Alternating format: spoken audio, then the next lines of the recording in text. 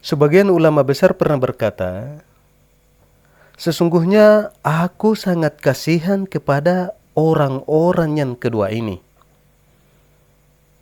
Yakni yang pertama ialah dia menuntut ilmu akan tetapi dia tidak dapat memahaminya. Dan yang kedua ialah orang yang memahami ilmu akan tetapi ia tidak menuntutnya.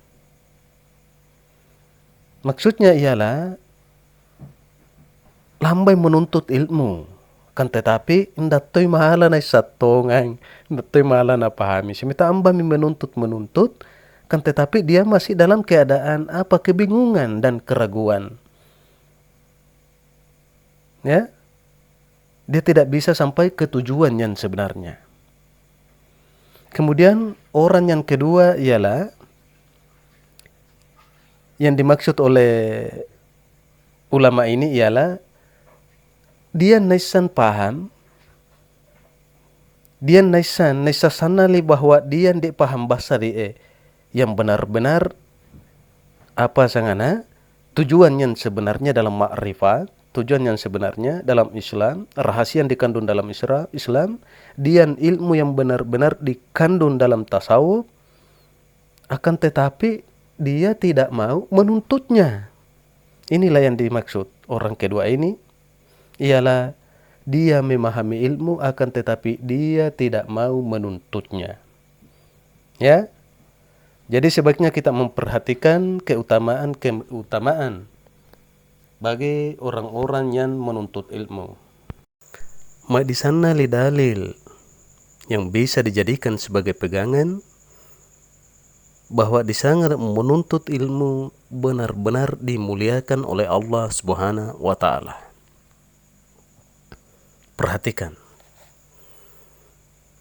Allah berfirman dalam Al-Quran yang artinya, niscaya Allah akan meninggikan orang-orang yang beriman di antaramu dan orang-orang yang diberi ilmu pengetahuan beberapa derajat. Kemudian firman-Nya juga, katakanlah, adakah sama orang-orang yang mengetahui dengan orang-orang yang tidak mengetahui? Moni pong Allah Ta'ala apakah si tengan ni musanga? To mapah anak tondam mapahan?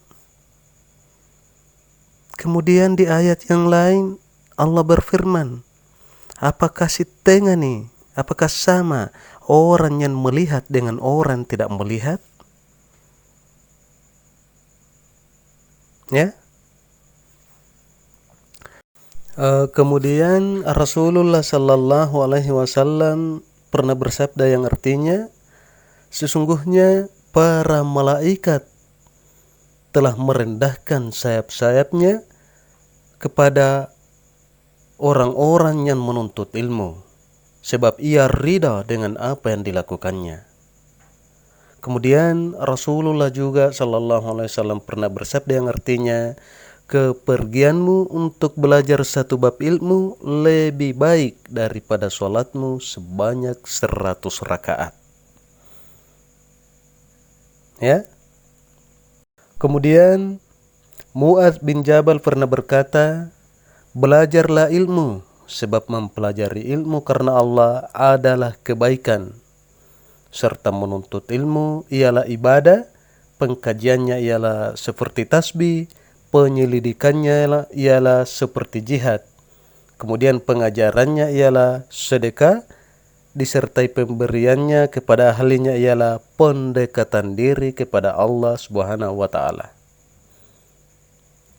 Ilmu adalah penghibur di kala kesepian, menjadi kawan di kala menyendiri, serta menjadi petunjuk di kala senang dan susah.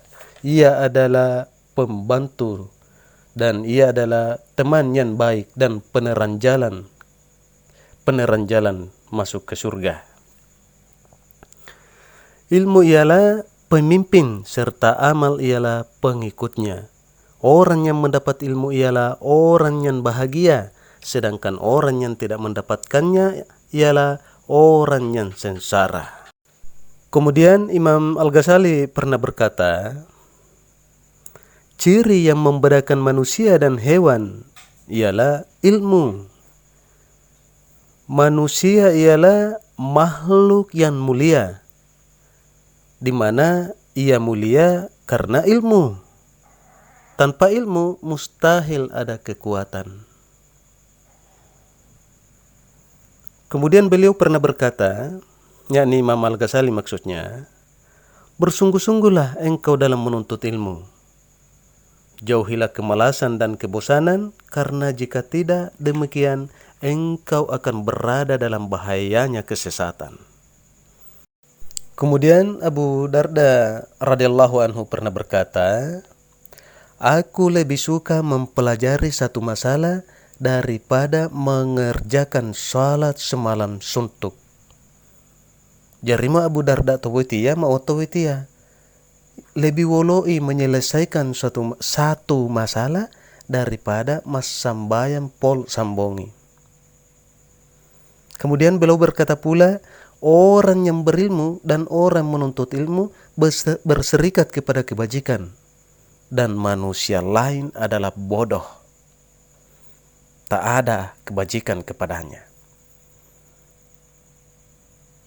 Kemudian beliau berkata lagi, hendaklah engkau menjadi orang yang berilmu, atau belajar, atau mendengar ilmu, dan janganlah engkau menjadi orang yang tidak peduli kepada orang tiga tadi, karena itu akan membuatmu binasa. Kemudian Atta pernah berkata, suatu majelis ilmu itu akan menutupkan dosa 70 majelis yang sia-sia. Ilmu itu adalah gudang-gudang. Anak kuncinya adalah pertanyaan. Jadi maka itulah bertanyalah. Karena sesungguhnya akan diberi pahala kepada suatu majelis, yakni yang bertanya, yang berilmu, yang mendengar, dan yang suka kepada mereka. Kemudian Rasulullah SAW pernah bersabda yang artinya, tak wajarlah bagi orang yang bodoh berdiam diri atas kebodohannya, dan tak wajar pula bagi orang yang berilmu berdiam diri atas ilmunya. Kemudian Abu Darda pernah berkata, barang siapa berpendapat bahwa kepergian untuk belajar ilmu bukan merupakan jihad, maka ia keliru dalam pandangannya.